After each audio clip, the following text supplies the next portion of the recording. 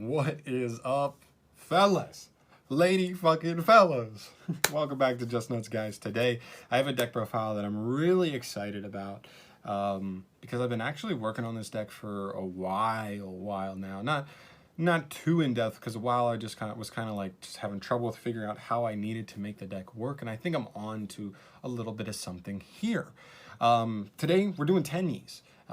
I figured out the way that I think Tenyis can work, can do some things, can go first, can go second, and this is probably I'm not 100% sure that this is the best way the deck can play, like for sure guaranteed, but I think I'm in the right direction. And I want to get this deck profile out there because I'm just excited to share it, and I want some feedback as well to take a look at this variant. So without further ado, let's jump right into it. So Tenyis are pretty interesting. They're a deck that doesn't really use their normal summon at all, which is really nice.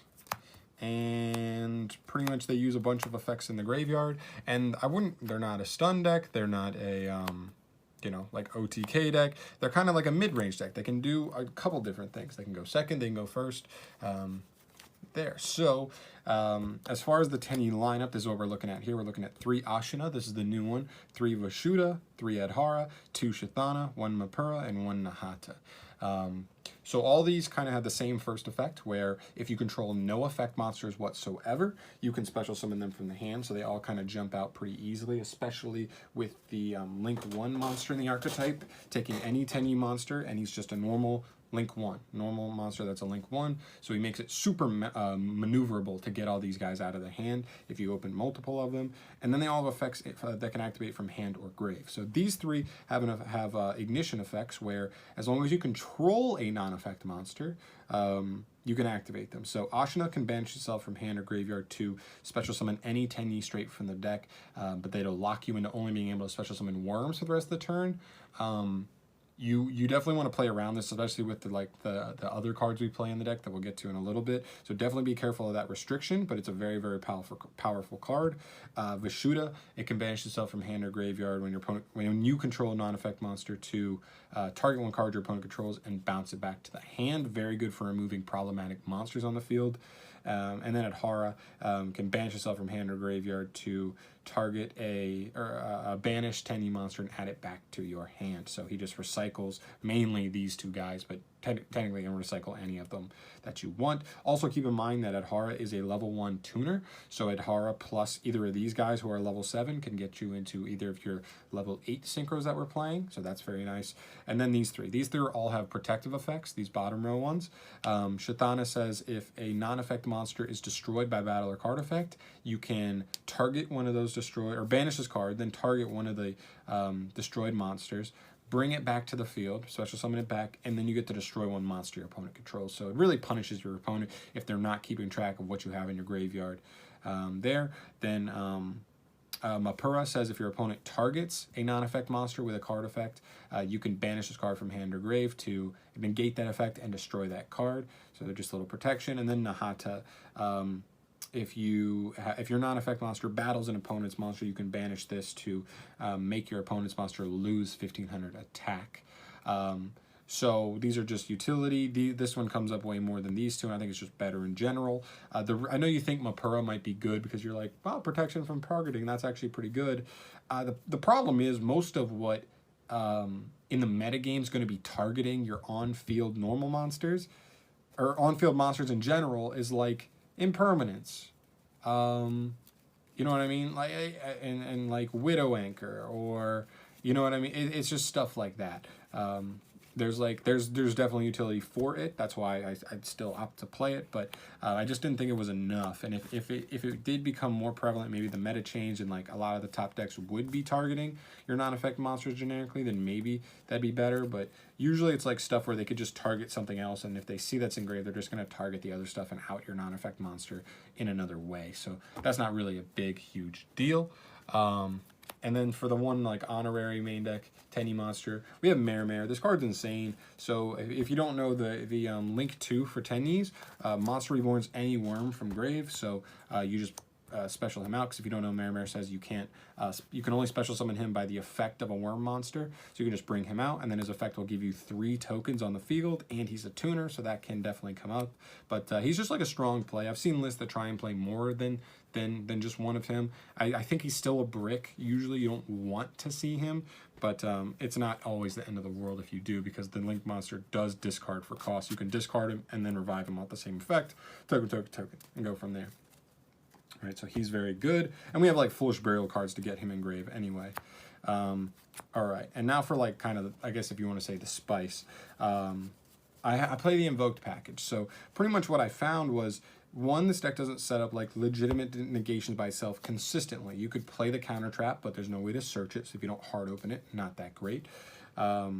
And if you didn't open hand traps, you're just going to end on like no disruptions whatsoever. So like that wasn't very good. So I want to play another engine that could get me to negations going first. So I can go first, and I can also go second, because this deck can either get you into Macabre going first just for that extra disruption, a very strong disruption by the way, or this can get you into Purgatrio going second once you've baited out everything, and then just clear through an entire board of monsters in one fell swoop, and possibly OTK. Just another package where, just because this deck doesn't really use its normal summon at all, you can make really good use of a package that is pretty minimal in the main deck, but still does have very high impact going first or going second. So that's very good. And then for the hand traps, I'm on 3 Ash, 2 Ogre, 3 Imperm. I don't have the 3rd Imperm. I just put a I don't know why I put either on there. Whatever. I'm gonna get the 3rd Imperm, but this is what I would play right now. It's what I've been testing online and in person a little bit. Yeah, I get it. Ogre's not the greatest right now, but like I didn't want to play Valor and Impermanence. It just felt like overkill. Plus, like going first, you're ending on Macabre, which is almost always usually a monster negate. So like that's just like extra monster negates, and then I'm just like, why? Too many. Ghost Spell wasn't that strong. I guess I could play 2 Nibiru in here, but I'm personally not the biggest fan of Nibiru in the main. Just if you don't know the matchup, you could easily just play like half of a tournament versus like stuff that does not even trigger Nibiru. Very, very possible. But yeah, this is all I'm playing for the hand traps. Boom. I really like hand traps in this build because it's such a mid-range deck. It's like, doesn't make insane boards, and it can crack decent boards going second. So it's just like, it's so mid-range that I felt hand traps fit perfectly. You didn't need insane blowout cards. You just have hand traps, which can be good going first. It's just extra disruptions to stop your opponent from breaking your situation, or they're that mid-range where they're still very good going second as well, just limiting how far your opponent's going to be able to go so that you will be able to break their board in the end. So there's that. Then for the spells, we're on 3 Meltdown and the Terraforming, of course, and 2 Invocation. This is just rounding out the Invoked package. Just consistency. You really want to see it. I've thought about like dropping either a Meltdown. No, I'd probably drop an Alistair, honestly. Just well, I won't now. No, it depended because of what's in my another card I'm playing. I'd probably drop 1 Meltdown if I could. Just because like opening too many Invoke cards is like not great. It's fine to open like a Meltdown and an Alistair, but like opening an Invocation without any other Invoke cards is like terrible. It's like a complete brick. So I don't know, like there are still some kinks to work out in the deck, but for the most part, very consistent and very good at either going first or second. Well, pretty good going first, pretty good going second, but not excelling at either, but still can get it done. And for our other spells, our kind of turbo spells, we have Vessel for the Dragon Cycle and Foolish Burial. So the problem with these cards, they're the only problem with these cards, is that they kind of need to be opened with another Tenyi card. Not the biggest deal. We play 13 Tenyis in the main deck, so like very, very possible. But yeah, so Vessel for the Dragon Cycle, well, we know what Foolish Burial does. You can dump usually Ashina, or if you're worried about Ash, you just go straight for Vishuddha. Or not, well, not even, because it could just have, like, I don't know. You're usually always going for Ashina. But if you're worried about maybe the restriction, you go for, like, Adhara to cycle of a Vishuddha that's already, like, in grave or something. I don't know. But it's usually Ashina or Merrimere. This card is insane, though. This card lets you Foolish any worm from your deck to the graveyard. Then you can, if you controlled a non-effect monster when you activated it, you could add a Tenyi monster from deck to hand that is different from the name of the one you sent. So this card can be a Rhoda plus a Foolish Burial at the same time. Very, very good if you open this with like any other Tenyi card. Super, super strong card. I love that card. And then we play 3 Called by the Grave.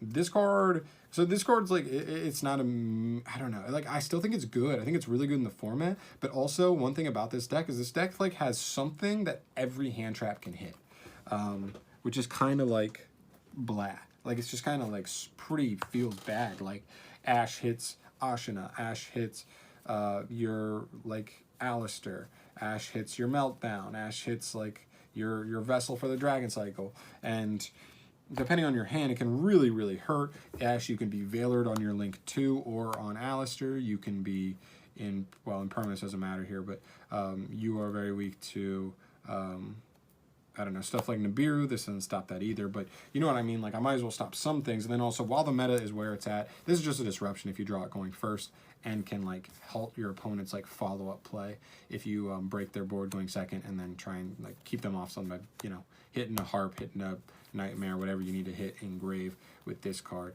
But yeah, it's good. It's just good. Like Sally's, Orcus, Thunder Dragon, very good against all those strikers even. Yeah. And the last 2 cards I play in the main deck are 2 Pot of Desires. This card's just nice for that 1 extra card in the hand. The one thing where this card could be your downfall is pretty much one thing. It's your 2 invocations. We're only playing 2 because 3 is just like, it's not a pure invoke deck, so like I'm not really trying to play 3. But if you banish these, both of these, and then draw into like an Alistair or a Meltdown, it's so bad. That's the only thing that can really conflict with it. Other than that, it's really good, and if you're worried about it, games 2 and 3, you can side it out, no big deal. But like hitting any of the other stuff doesn't really matter. I guess hitting Mare or one of your like your Mapura, Nahata, or Sathana could matter, but I'm not super worried about it. They're not usually game winning or game losing. They're just nice there. So that's it for the main deck. 40 cards in the main. You know I love 40 cards in the main. And then for the extra deck. So we'll start with the Link 1s. Start with 3 Monk of the Tenyi, 1 Salamangreat Almirage, and 1 Secure Gardna. Nothing too crazy here. You need to play 3 Monk. He makes your entire deck like, not malleable, but just flexible, and being able to get all your Tenyis out of your hand, being able to make sure you can put a non-effect monster on board at any point, just so you can make your Tenyis engrave like live and stuff. So you got to play 3 of him. I don't think that's debatable.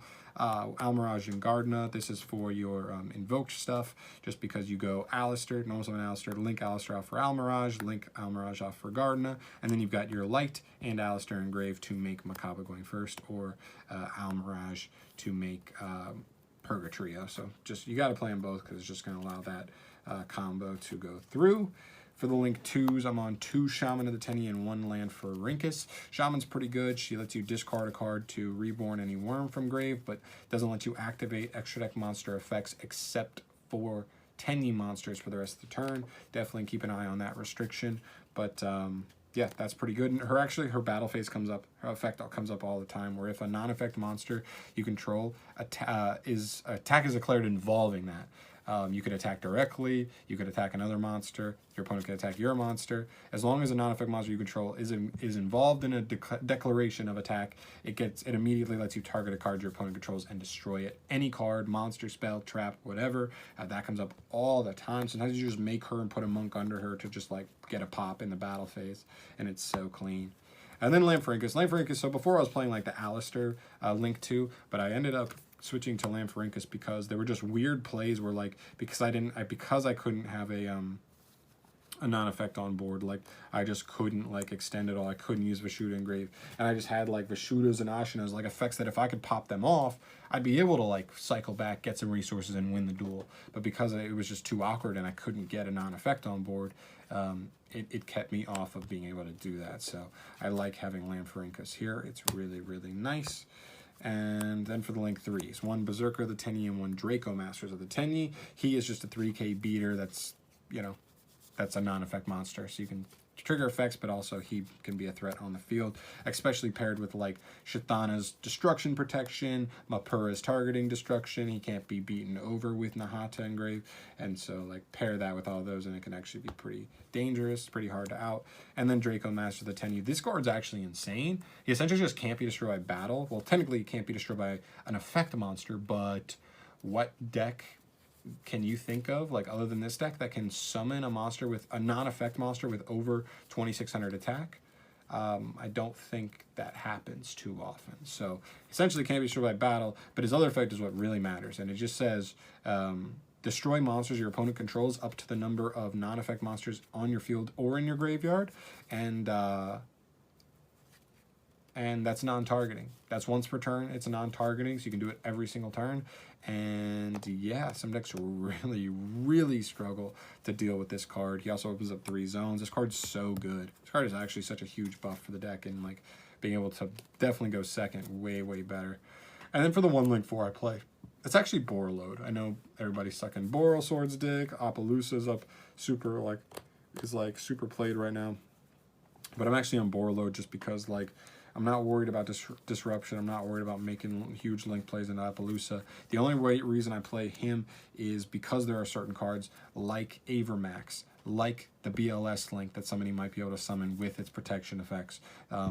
Like, what's the last card I'm thinking of? Master Endymion, if he has the counter on him. I don't want to have to out him by battle because then my opponent will be able to float into the spell, and so I'd rather be able to just steal it and deal with it that way.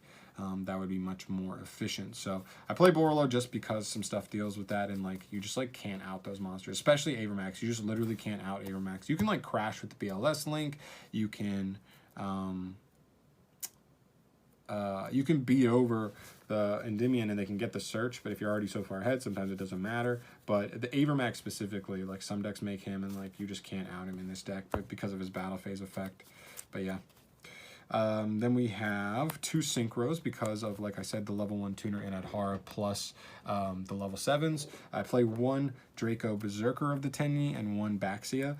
If you don't know, Berserker says if your opponent activates a monster effect, you can quick effect chain this to banish that monster.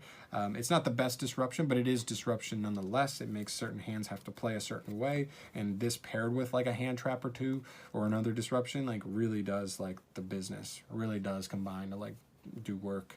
And then if he destroys a monster by battle in the battle phase, he gets to gains the attack of the monster he destroyed permanently, and then he gets to attack another monster again. Very, very good. And Baxia is there for going second. So Baxia says on Synchro Summon, you can target cards your opponent controls, any card, or any cards, up to the number of different attribute worm monsters used for a Synchro Summon, so it's always going to be 2.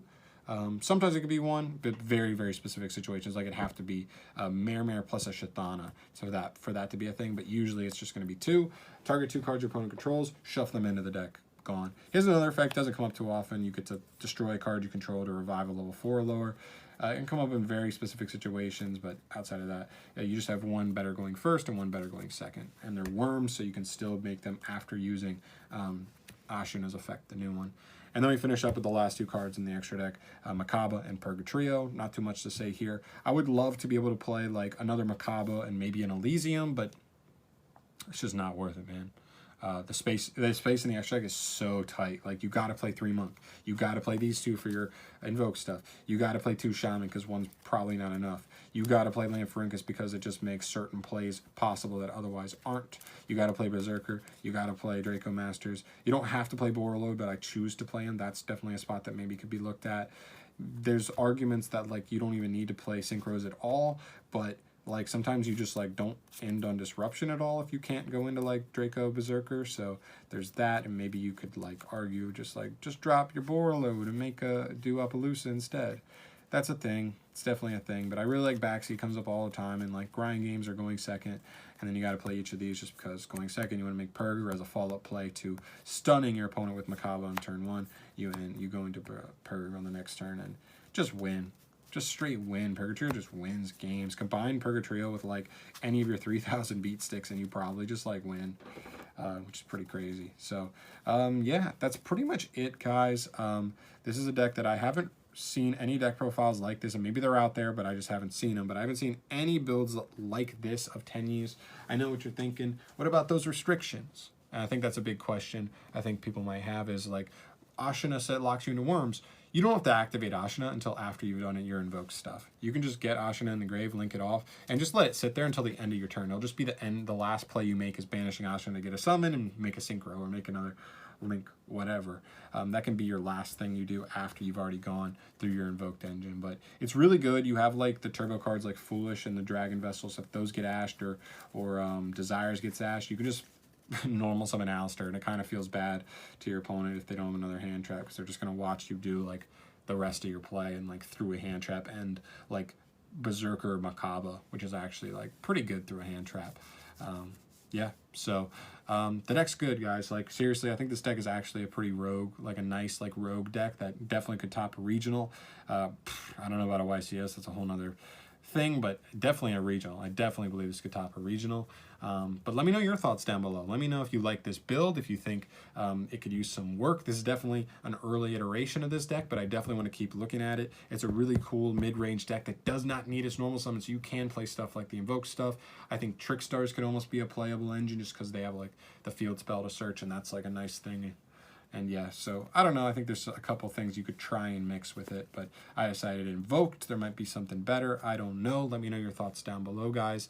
And yeah, thank you so much for watching. As always, subscribe to the channel if you want to see more deck profiles. I definitely got more deck profiles in the works. I have pretty much every Unchained card except for Abomination's Prison, which is super frustrating because a playset of that card's like over $100. So for a deck that's not even like considered very good right now, like that's pretty brutal. But yeah, I have other stuff in the works too, so stay tuned for that, guys. Let me know your thoughts on this deck profile, and I will catch you